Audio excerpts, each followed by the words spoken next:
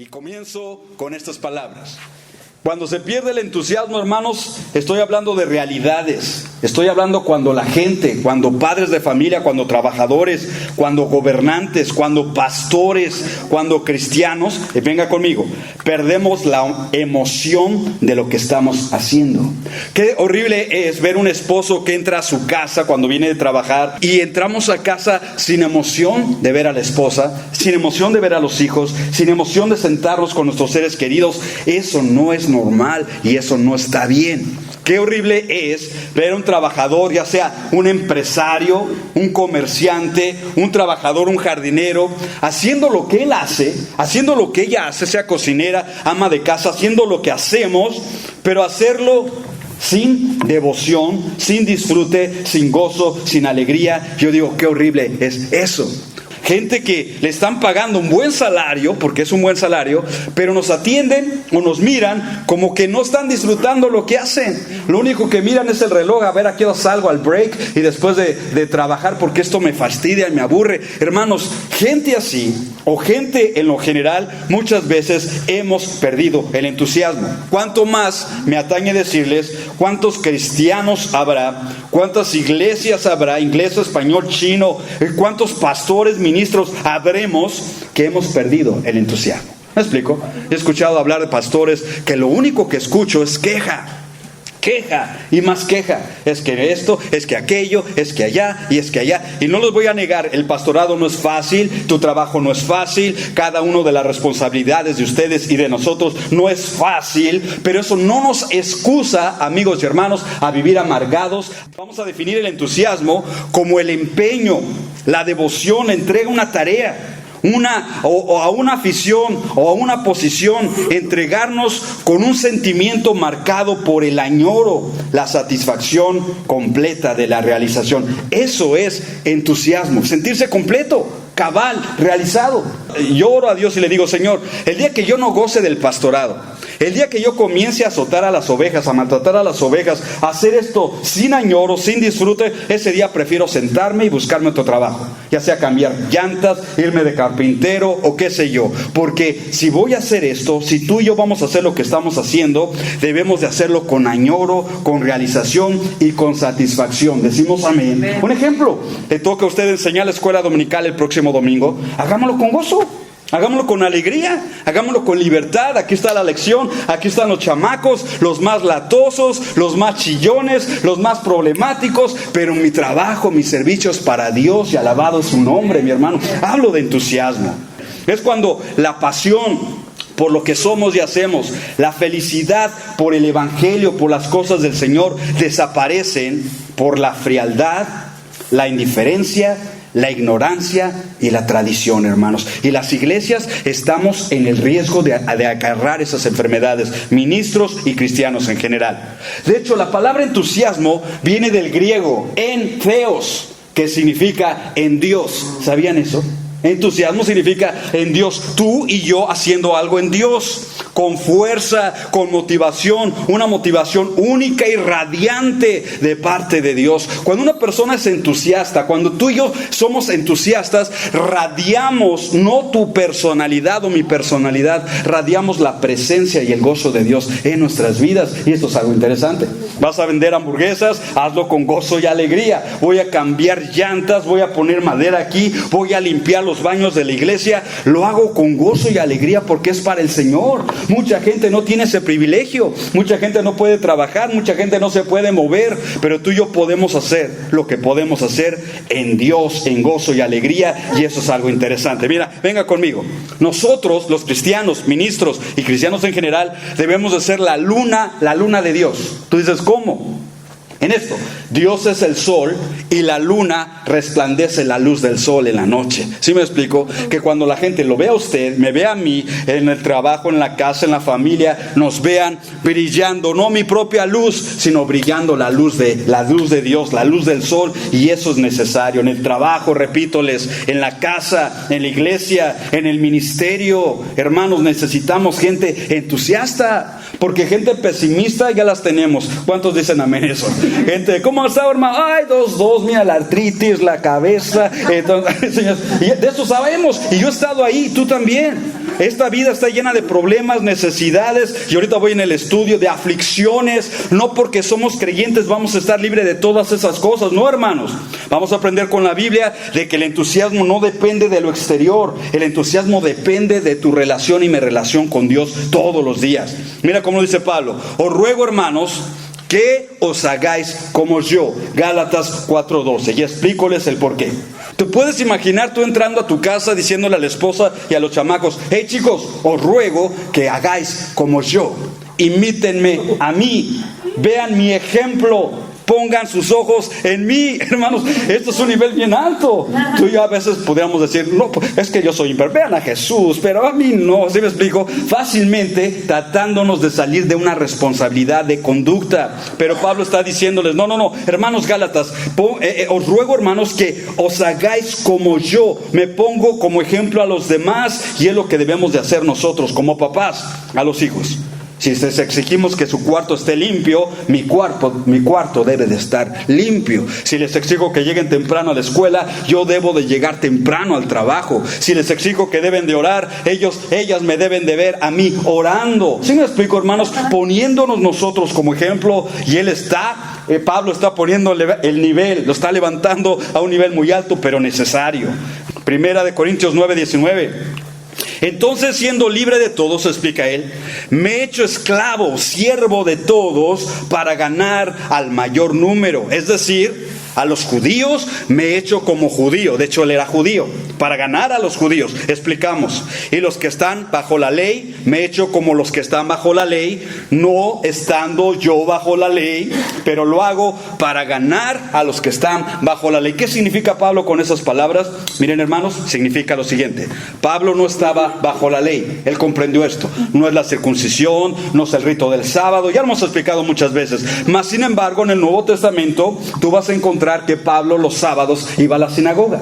Vas a encontrar que todavía iba al templo, se cubría, guardaba los ritos del voto. No porque es necesario, él lo sabía, eso ya no es necesario para mi salvación, pero él lo hacía con el objetivo de ganar a todos los demás judíos que no eran convertidos. Y él guardó la ley de esa manera, entre comillas, guardó la ley o se sujetó a la ley con el objetivo de ganar a los demás judíos que estaban bajo la ley. Él tenía el deseo de alcanzar a gente, a los judíos, en su medio ambiente. Pero no es todo. El 21 explica: y a los que están sin ley, gentiles, griegos, romanos, egipcios, qué sé yo, me he hecho como los que están sin ley.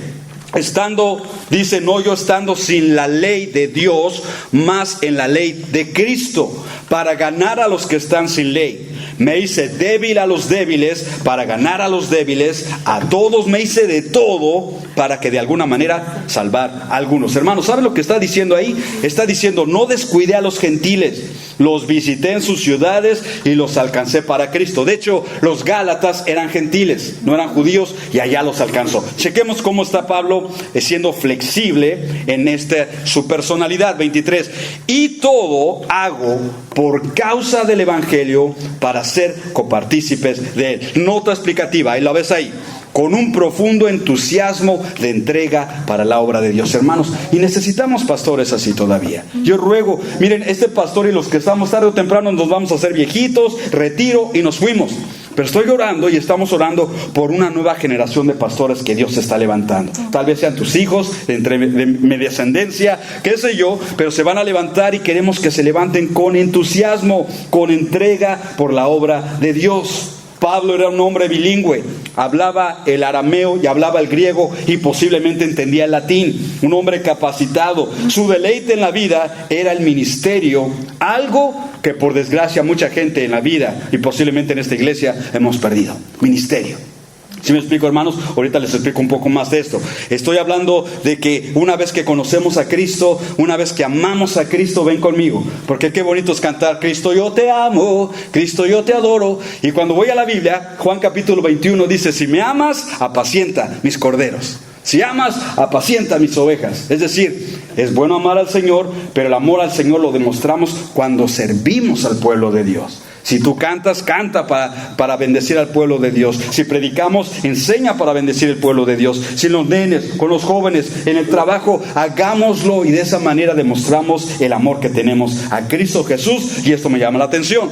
Ahora, con todo respeto, digo este comentario: todos los fríos e indiferentes, toda la gente, hermanos, que a veces estamos con esa mala actitud. Mira este comentario que levanté de un gran teólogo llamado Ravenhill. Él dice: favor de apartarse de la iglesia cristiana y del ministerio.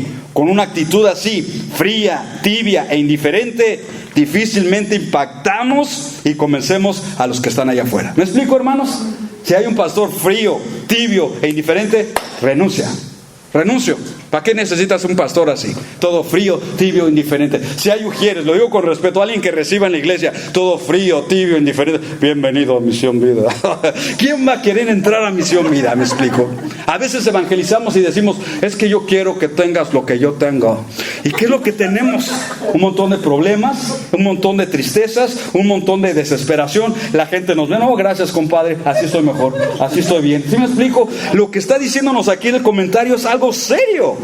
Si soy frío, tibio, indiferente, favor de dejar el púlpito, favor de dejar el ministerio, favor de dejar a los niños, favor de dejar a los jóvenes, porque eso no hace bien. Al contrario, vacunamos a la gente en contra del evangelio.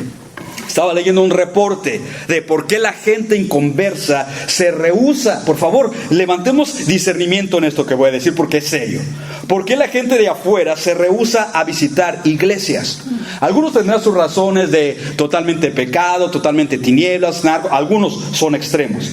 Pero la mayoría no respondió por esa causa.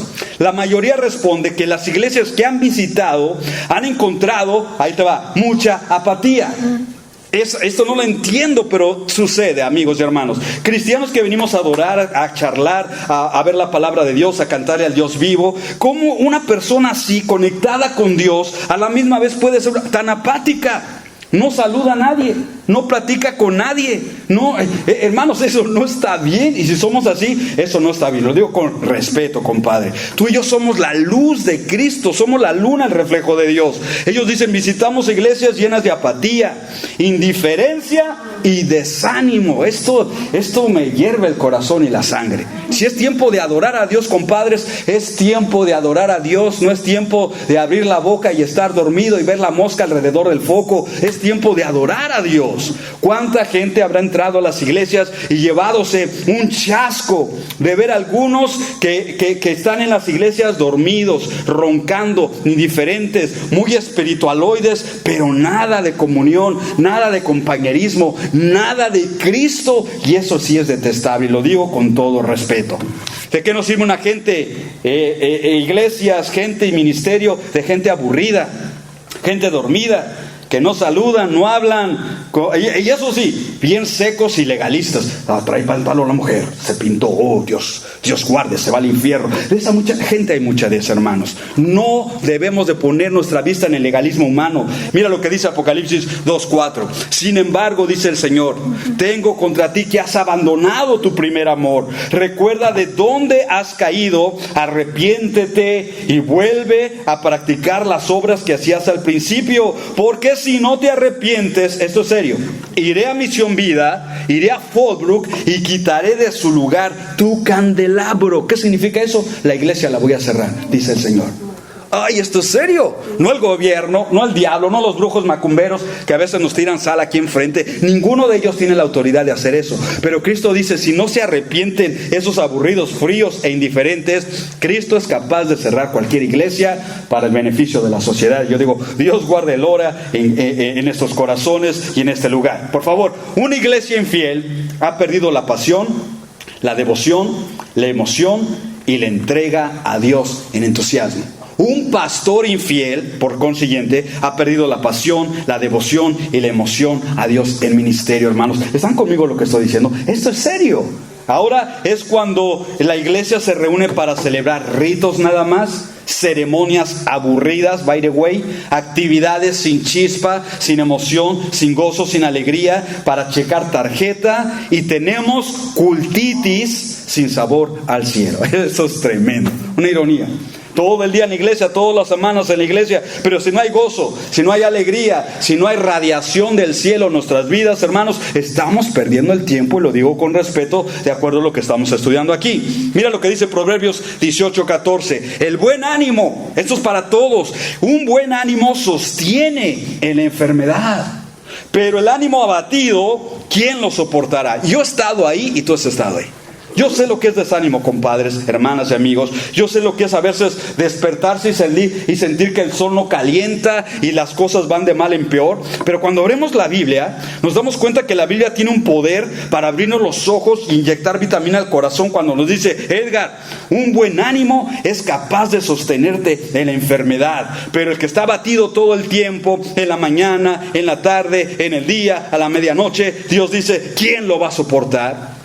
Cuando hay entusiasmo, hay fe y hay esperanza. Cuando hay entusiasmo, una luz brilla en tu rostro, en tus ojos y en mis rostros, diciendo: sí tengo problemas, sí tengo necesidades, no sé cómo voy a salir de este cohete, pero Dios me da esperanza y Dios me sostiene. Es decir, el cansado, el triste y el abatido se ha cerrado la mente y el corazón a recibir de Dios el entusiasmo. Y eso no es la voluntad de Dios para con nosotros. Pablo explica: háganse como yo, porque también me hice como vosotros.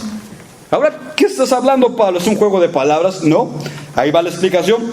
Pablo lo que está diciendo es él simpatizó con esos creyentes, a pesar de que Pablo era judío, se identificó con los gentiles griegos que eran aborrecidos y tenidos en el olvido.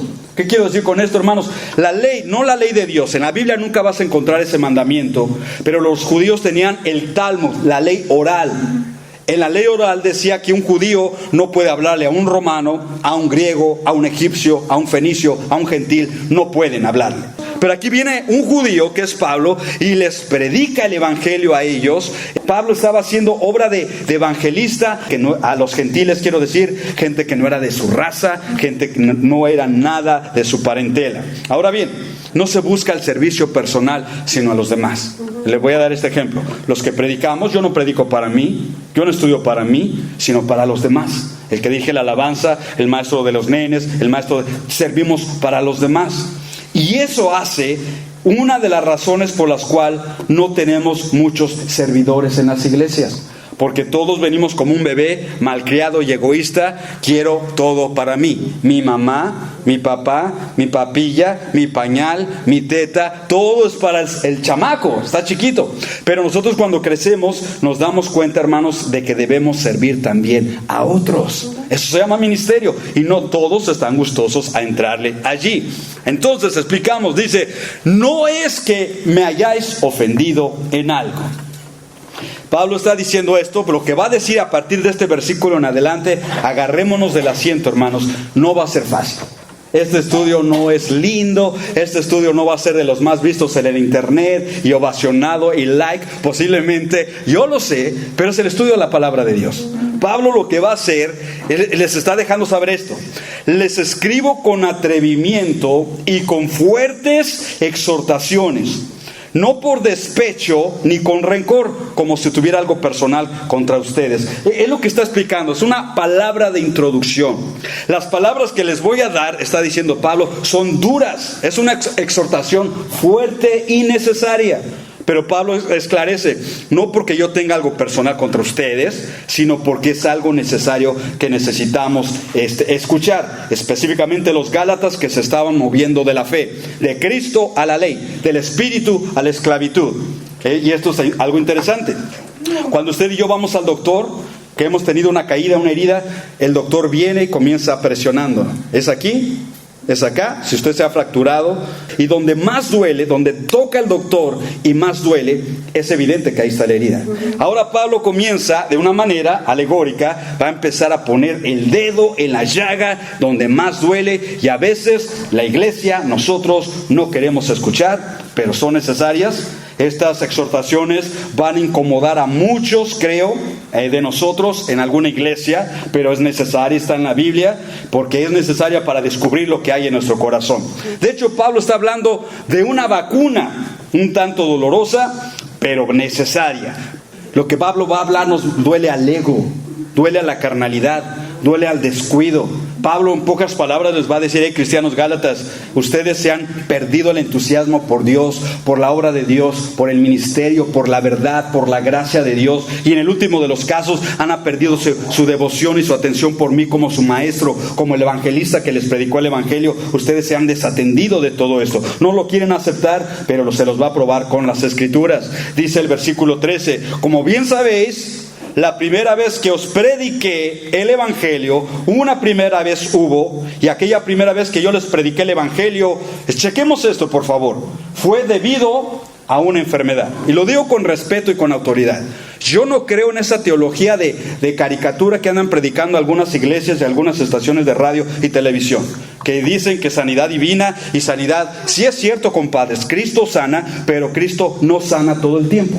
Se los voy a probar con la Biblia. Cristo responde a la oración, sí es cierto, no lo voy a negar, pero en ocasiones su respuesta es no. En ocasiones Dios no sana instantáneamente, en ocasiones tarda en sanar, y en ocasiones Dios nunca sana a ciertos individuos. Yo no lo entiendo, Pablo no lo entendía, pero aquí lo vamos a probar con la Biblia.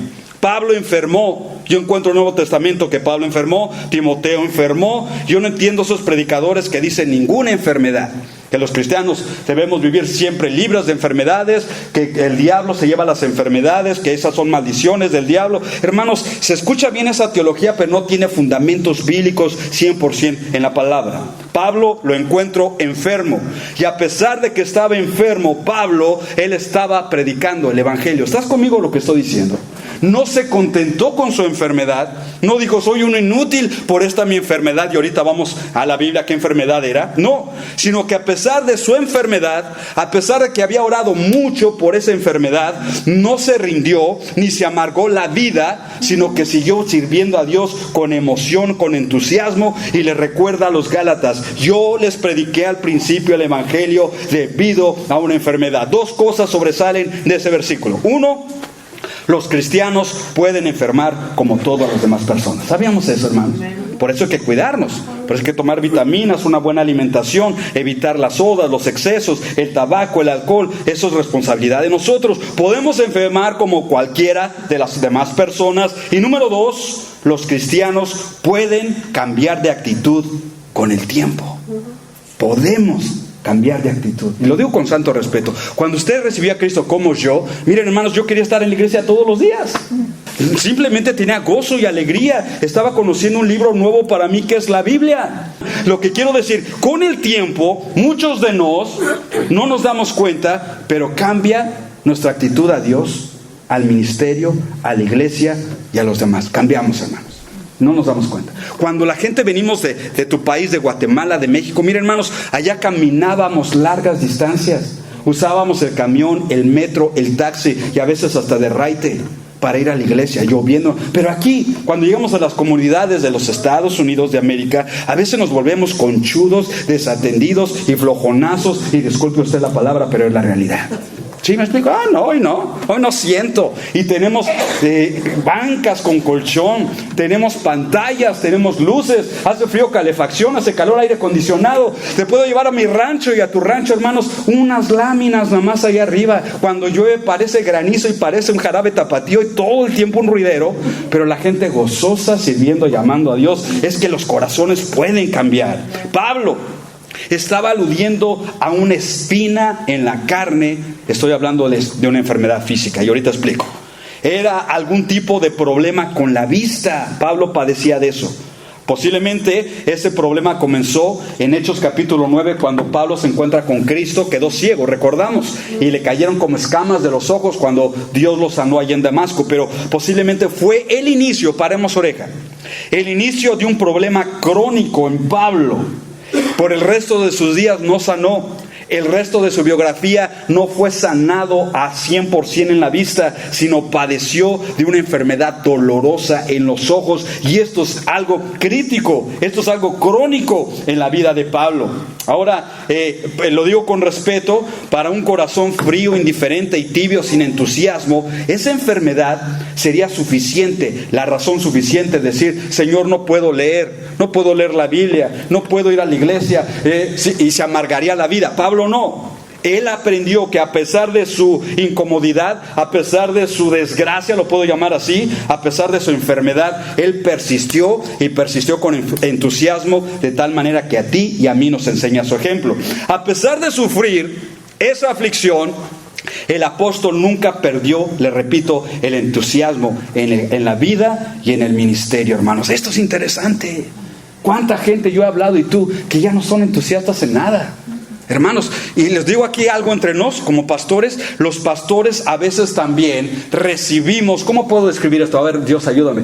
Recibimos una oleada de habladas, entrevistas, a pura gente desanimada, todo el tiempo 100%. Y si no nos ponemos las pilas los pastores y vengo en oración y estudio la palabra, ¿qué crees que pasa? También me así, ando bien desanimado. ¿Y cómo estás, Cani? Bien desanimado, de tanto escuchar tantos problemas, tantas crisis. Hermanos, ¿y cuál es el secreto? ¿Cuál es la fórmula para mantener el periscopio arriba viendo a Cristo? Miren, escrito está, la Biblia nos enfoca a que tú y yo, voy a decir algo, no es un secreto, pero voy a decir un principio. Yo aprendo en la Biblia, Mateo capítulo 4, que Cristo Jesús enfrentó al diablo y lo venció diciendo, escrito está, escrito está, escrito está. No le dijo, hoy me siento así, no. Cristo aprendió a citar la palabra con autoridad y vencer al diablo. ¿Quiere usted tener una vida cristiana? Citemos la Biblia, vivamos la Biblia, independientemente de tus emociones, compadre, independientemente de tu salud física, independientemente de tu salud económica, independientemente de nuestro estatus migratorio. Si decimos, escrito está, yo valgo lo que la palabra de Dios dice que valgo, tengo lo que la Biblia dice que tengo, puedo lo que Dios dice que puedo, hermanos, vamos a vencer en la misma situación que Pablo estaba viviendo. Segunda de Corintios 12:7 dice, para evitar, nos explica Pablo, para evitar que me volviera presumido. Ay, ¿qué es eso? Todos, mira mis tenis nuevos, mira, todos somos presumidos en alguna manera. ¿Cuánto más Pablo, que había tenido revelaciones, escribió la mayoría del Nuevo Testamento, fue arrebatado al cielo en varias ocasiones? Hermanos, este hombre, para evitar que se volviera presumido como algunos pastores, evangelistas y hombres de negocios que se creen a mucha cosa, Dios hace algo con Pablo. Y dice, mira, Pablito, una espina me fue clavada en el cuerpo. Fíjate, me fue dada, o sea que no era de él, me fue clavada, viene el Señor y le clava una espina en el cuerpo. Es decir, un mensajero de Satanás para que me atormentara. En la versión 60 dice, me abofeté. Y tú dices, ¿para qué? Para que no sea presumido. Esto no es agradable. Esto no es de la teología de algunos predicadores. Lo que dices, recibes. Nada de eso aparece en la Biblia. Dios disciplina a medida de vacuna a Pablo y le da una medida muy extrema, una espina, una astilla en su cuerpo, que vamos a ver qué es. El 8. 3 veces ahora viene Pablo, como todo buen creyente. Si yo estuviera en su lugar, tú también. Fue al culto de oración, paso al altar o en mi casa. 3 veces le rogué al Señor que me la quitara. ¿Cuántos dicen amén eso, hermanos? Amén. Cuando las cosas no van bien en mi vida o en tu vida, yo voy a Dios en oración. Antes de ir con el especialista, el hombre, la palanca en el gobierno, mi compadre. No, olvidas de eso, no trabaja. Antes de ir con ellos, vamos a Dios en oración. Y Pablo fue 3 veces. Señor, 1. Por favor, Señor, 2. Yo me imagino a Pablo tirado en el piso, clamando a Dios con todo su ser y con toda su fuerza. Señor, quítalo de mí. No, chequemos el dato. No le exigió, como he visto y he escuchado tantas predicaciones. Exige tu promesa, reclama tu promesa de sanidad. Ahora, algunos más zafados y locos dicen, pacta con dinero para recibir tu milagro. Eso está totalmente fuera de contexto, hermano. Y si envías una semilla de $100, recibirás tu milagro. Yo cuando escucho eso apago la televisión. No saben ni lo que dice ese hombre. Simplemente Pablo rogó al Dios soberano. Escuchen lo que digo, cómo lo digo. Dios es soberano. Lo que significa, a veces Dios nos va a decir sí, pero a veces Dios va a decir ¿qué? No, o a veces va a decir Dios, espérate tantito. Y nosotros vamos a hacer el berrinche aquí. Si usted no ha hecho berrinches, yo lo he hecho. Señor, pero ¿por qué no? A fulano ya, pero a mí no. Es que Dios es soberano. Es que Dios sabe lo que quiere hacer con usted. Usted no es Él y Él no es yo. Cada uno necesitamos un distinto tratamiento de parte de Dios. El 9.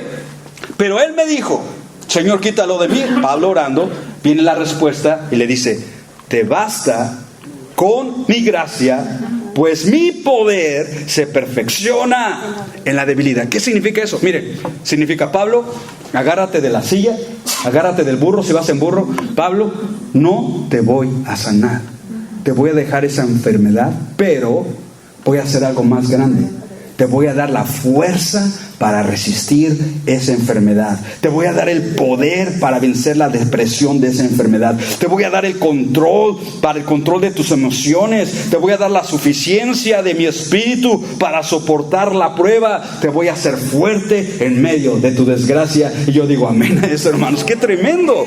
Porque hay veces que nos crecemos chipilones en la iglesia, que todo Dios me tiene que responder así, Dios me tiene que sanar instantáneamente, Dios es el 911 garantizado. Y la Biblia dice, sí, Dios garantiza su respuesta, pero su respuesta en soberanía, en algunas veces como a Pablo, Él nos dice, no te voy a sanar, no te voy a quitar la espina, sino te voy a dar fuerza. ¿Por qué, Señor? Pues yo me imagino a Pablo diciendo, ¿por qué? Y Pedro hasta con suegra anda, Señor, y yo estoy totalmente quebrado aquí. ¿Por qué? Mire, la respuesta del Señor.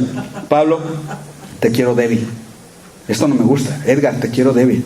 Misión Vida, los quiero débiles de su propia fuerza. Los quiero dependientes, no independientes, dependientes de mí. Hay del ministro, hay del papá y de la mamá que empieza el día sin orar a Dios, que empezamos descomunicados de Dios. ¿Estás diciendo yo soy independiente?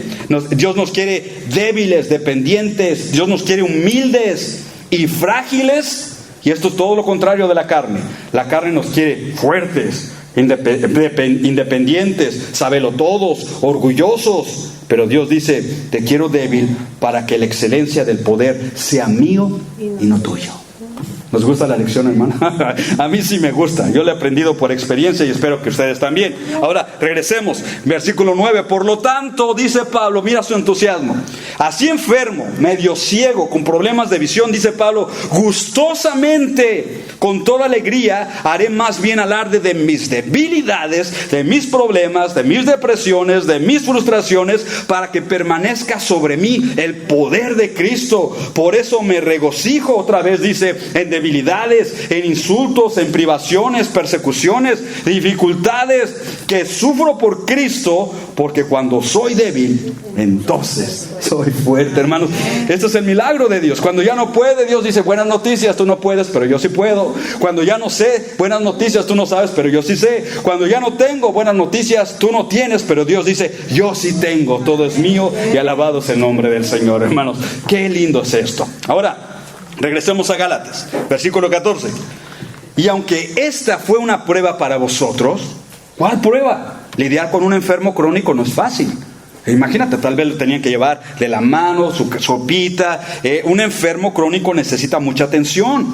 Y esto dice Pablo, aunque fue una prueba para vosotros, no me tratasteis con desprecio ni desdén, como tanta gente, y ahorita explico.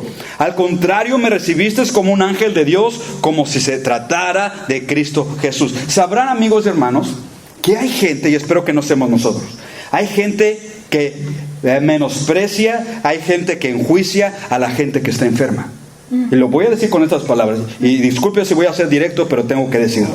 A veces tenemos el espíritu criticón de que cuando vemos que alguien enferma, a veces nuestra falsa espiritualidad decimos, es que ese hombre, esa mujer está en pecado y por eso le vino esa enfermedad. Y eso lo aprendo hasta los discípulos. En Juan capítulo 9 encontraron un hombre ciego de nacimiento, y vienen los discípulos, para que veas qué espirituales eran, el Pedrito, el Juanito y todos ellos. Vienen y le dicen a Jesús, Señor, ¿quién pecó? ¿Este o sus padres para que haya nacido ciego? Imagínate, como ellos no tenían la desgracia, ¿verdad? Qué fácil es condenar a otros. Y el Señor les dice, hey, espérense ahí, tranquilos. No es que pescó, ni que eran pescadores. No es que pecó ni sus padres para que haya nacido ciego, sino que esta enfermedad es para que la gloria de Dios se manifieste en esta necesidad. Hermanos, no toda enfermedad es producto del pecado, un pecado personal o un pecado grosero.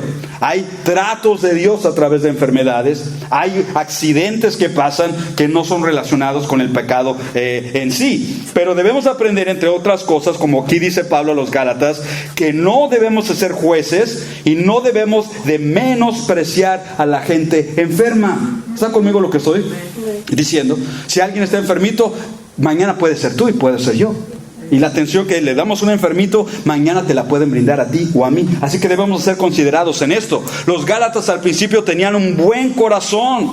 A diferencia de algunos judíos y gentiles, ellos veían a la enfermedad, repítoles de Pablo, como un juicio de Dios, y no así los Gálatas. Empezaron bien cándidos, bien, como decimos en mi gente, en Sinaloa dicen, bien gente, bien amables, bien solidarios. Esos serán los Gálatas. Pero el 15, Pablo dice, entonces, pues bien, ¿qué pasó? ¿Qué pasó con todo ese entusiasmo? Para que nos demos cuenta que los corazones cambian, hermano. Yo me analizo cuando estaba estudiando esta lección de los años que llevo en ministerio sirviendo a Dios en el pastorado o auxiliar de pastor. Yo le dije a Dios en temor, Señor, yo no quiero que mi corazón cambie a como lo tenía hace 20 y tantos años que cuando comencé a predicar. Quiero que siga el mismo entusiasmo. Vaya a la sierra, vaya en mula, vaya en burro, vaya en avioneta, vaya en lo que vaya. Yo voy a predicar la semilla de Dios Todopoderoso y lo quiero hacer con entusiasmo. Porque estoy aprendiendo aquí que con el paso del tiempo, como los Gálatas, el entusiasmo se puede esfumar.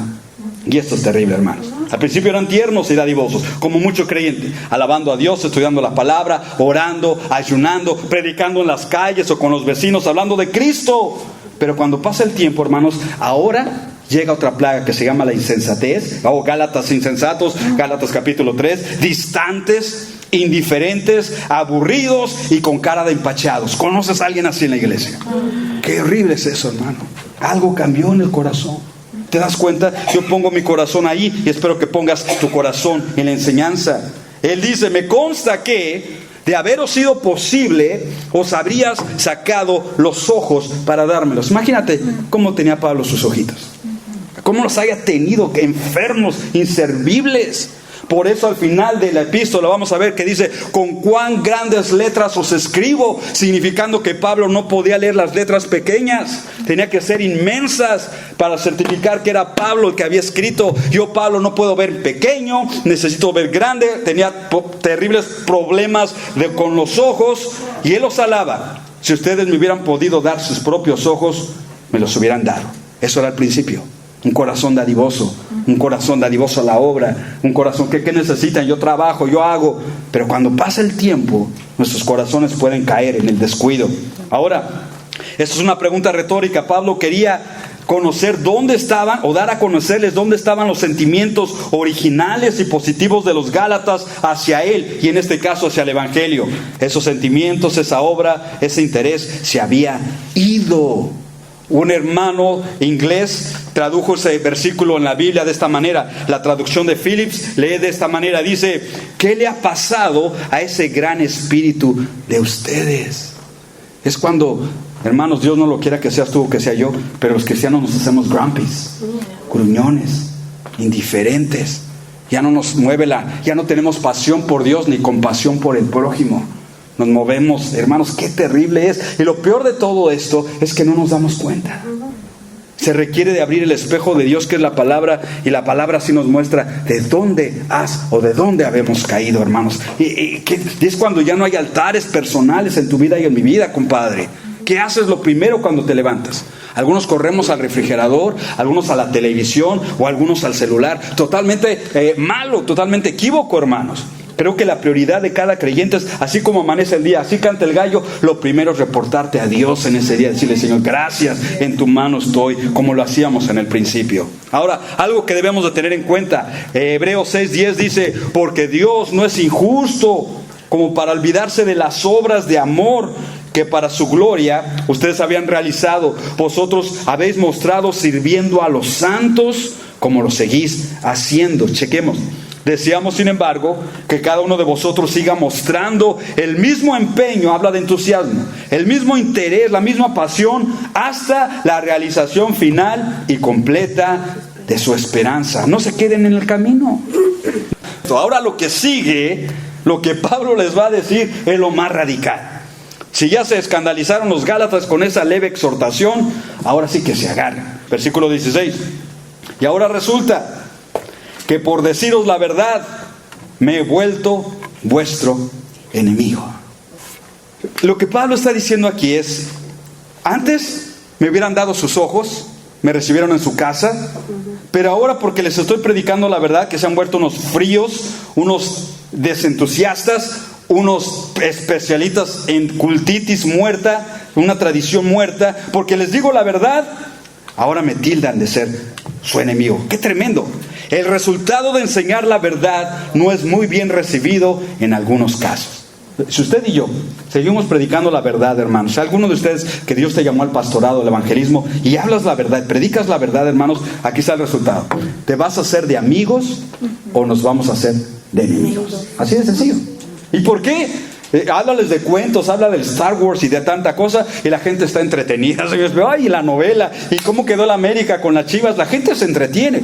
Pero cuando les hablamos de la verdad, de lo que es y cómo es, hay gente que se ofende, como los Gálatas, y se hicieron enemigos de Pablo, porque él trajo filo cortante. El enseñar y el predicar la verdad, haremos amigos o enemigos. Versículo 17, esos falsos maestros se refiere, esos que muestran mucho interés, lo hacen para ganaros a vosotros, pero no abrigan buenas intenciones, hablando de los falsos maestros.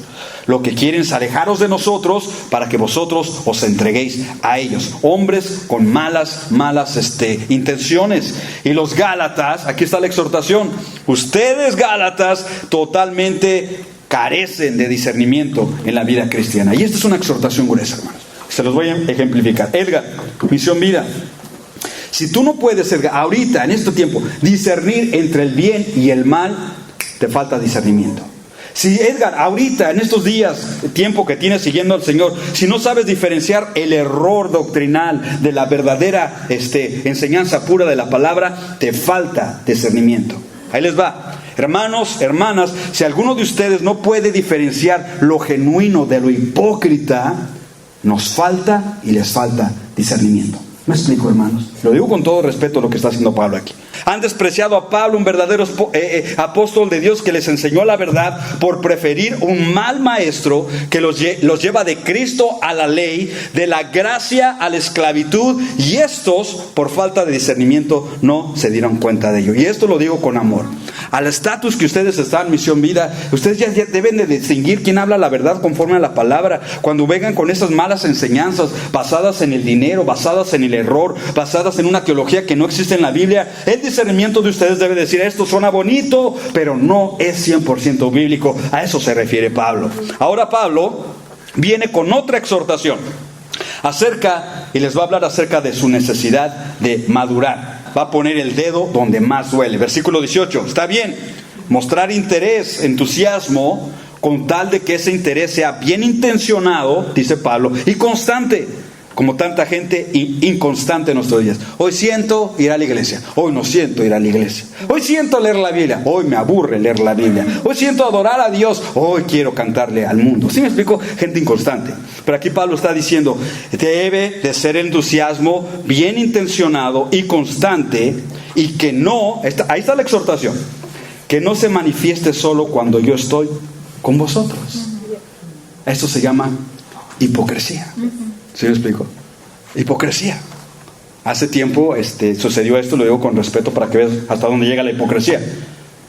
Un fulano le habla a otro sutano por teléfono, y en la conversación empezaron a hablar mal de alguien.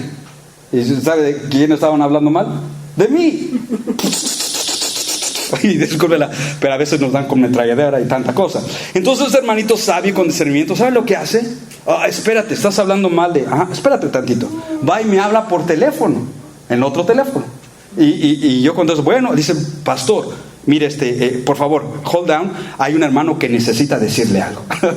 Ok, yo espero. Y escuché cuando dijo, ok, lo que me estás diciendo a mí, díselo al pastor que está en la otra línea. Y no me imagino cómo se puso el otro. Brother Marañón, sí, el mismo, que respira y canta. ¿Qué pasó? ¿De qué se trata? Qué vergüenza, si me explico, hermano. Se llama eso hipocresía. Nada de lo que le escuché que le decía al otro me lo decía a mí. Y lo que está diciendo Pablo es lo mismo. Aquí está. Cuando yo estoy con vosotros, Pablito, mi compa, qué suave. Pero cuando Pablo no estaba con ellos, miren, hermanos, todo hasta donde lo bajaban, lo desacreditaban. No están siendo honestos. El camino de la hipocresía no lleva a nada bueno. Les falta honestidad. Cuando estuve con vosotros eran tiernos y obedientes al principio. Y ahora que me he alejado de ustedes por la obra del ministerio en Capadocia, en Asia, había dejado Galacia, ahora son duros e indiferentes e inestables en la fe. ¡Qué exhortación tan grande! ¡Qué feo es esto! Si hemos caminado en hipocresía, que el Espíritu Santo nos dé fuerza para dejar de ser hipócritas y vivir la genuina verdad del Evangelio. Es tiempo de aterrizar. 19, y esto lo van a entender las mujeres. Queridos hijos, por quienes vuelvo a sufrir dolores de parto. Levante las manos las hermanas que están interesadas en volver a sufrir dolores de parto. A ver, ¿quién diga yo? Nadie. Mi abuelo, que ya partió con el Señor. Mi abuelo no era profeta ni hijo de profeta, pero me dijo un día: hijo, yo de todo me voy a morir menos de dolores de parto. Y sucedió lo que él dijo. No tengo ni idea de lo que son dolores de parto yo. Pablo está diciendo lo siguiente: me están haciendo sufrir sin ningún resultado positivo en ello. Que me convierto o no me convierto, esa gente es un dolor para todo pastor y para toda iglesia. Que hoy estoy con las caguamas y mañana con Cristo y mañana con las caguamas o también. Que soy yo, no. Hermanos, esa gente no se ha convertido y tienen a la iglesia, en este caso figuradamente a Pablo, con dolores de parto. Por favor, nace, por favor, agarra vida, por favor, ya salga, como una mujer, lo digo con respeto, que ya salga. Y el chamaco no quiere salir, todavía ahí dentro. A eso se refiere el apóstol Pablo. No salen, no hay carácter de cristiano en su vida, pura bla bla bla, hipocresías. Ay, esto es tremendo. Por lo menos, dice Pablo, espero que tengan vergüenza de su inmadurez. Pero aparentemente los Gálatas ni eso tenían de su inmadurez. 20. Como quisiera estar ahora con vosotros y hablaros de otra manera, en otro tono, por lo que estáis haciendo, porque lo que estáis haciendo me tiene perplejo. Quisiera cambiar mi tono de regaño y de denuncia, pero no lo voy a hacer hasta que vea ustedes con una actitud de humildad y obediencia, hermanos. Esto es interesante, hermanos. Y vamos a aterrizar con estas palabras. La falta de entusiasmo nos conduce a la falta de propósito. Mira, hermano, lo digo y hasta el final. Si un día tú encuentras, si este pastor pierdo mi entusiasmo en Dios, ese día, en lugar de ministrar a las ovejas, en lugar de enseñar la palabra a las ovejas, voy a estar pegándole a las ovejas, dándole varazos a las ovejas, maltratando a las ovejas. Y de eso ya hay mucho en el mundo, y de eso no se trata. ¿Sí me explico? Que la oveja es tonta, la oveja es débil, la oveja es dieta, pobres ovejas, por eso algunas no regresan por las maltratadas que se le dan. No, si algún día un esposo va a perder su entusiasmo en su matrimonio con su familia, pobre esposa y pobre familia, hermanos. Esto es un llamado de Dios a todos los que estamos aquí, a gozar lo que tenemos, a gozar lo que somos y a gozar lo que hacemos en entusiasmo. Va a regresar a trabajar el día de mañana, regresemos con entusiasmo. Yo tengo que cruzar ese freeway casi todas las tardes, más de una hora, pero lo hago ahora con entusiasmo. Gracias a Dios por la carretera, gracias por ese tráiler, gracias por aquel que me recordó aquello, gracias por todo, hermanos. Es una diferente actitud en el corazón. Dice el comentario: la falta de entusiasmo nos conduce a la falta de propósito y nos malconduce en la vida como a niños malcriados, haciendo que los Gálatas se hayan movido de las fieles palabras de Cristo. Tengo un cuestionario que se llama el cuestionario del entusiasmo. Responde tú en tu lugar y por tu persona, y yo respondo por mi persona, para que nos demos cuenta de dónde estamos delante de los ojos de Dios. Primera pregunta: ¿qué tanto disfrutas de tu fe en el Evangelio? ¿La disfrutas? ¿O la gente nos ve como otro religioso más, con el librito aquí? Buena pregunta. Segunda pregunta: ¿qué tanto ha crecido tu conocimiento de Dios en el Evangelio? Siguiente pregunta: ¿qué tanto me quejo a Dios por lo que hago? Es que el sol, es que el frío, es que el vecino, es que el compadre, es que el esposo. Hermanos, todos nosotros a veces hemos caído en esas faltas. Siguiente pregunta: ¿qué tanto presumo a Dios con mis conocidos? Qué lindo es presumir a Dios. Mira a Dios acá y allá, mira a Dios. Y la última pregunta: ¿puedes ser un ejemplo para otros en la fe? ¿A otros te verán a ti o a mí como un ejemplo? Si contestamos, dice el autor, más o menos, eso significa que tenemos falta de entusiasmo en la vida. Esto es serio, ¿no?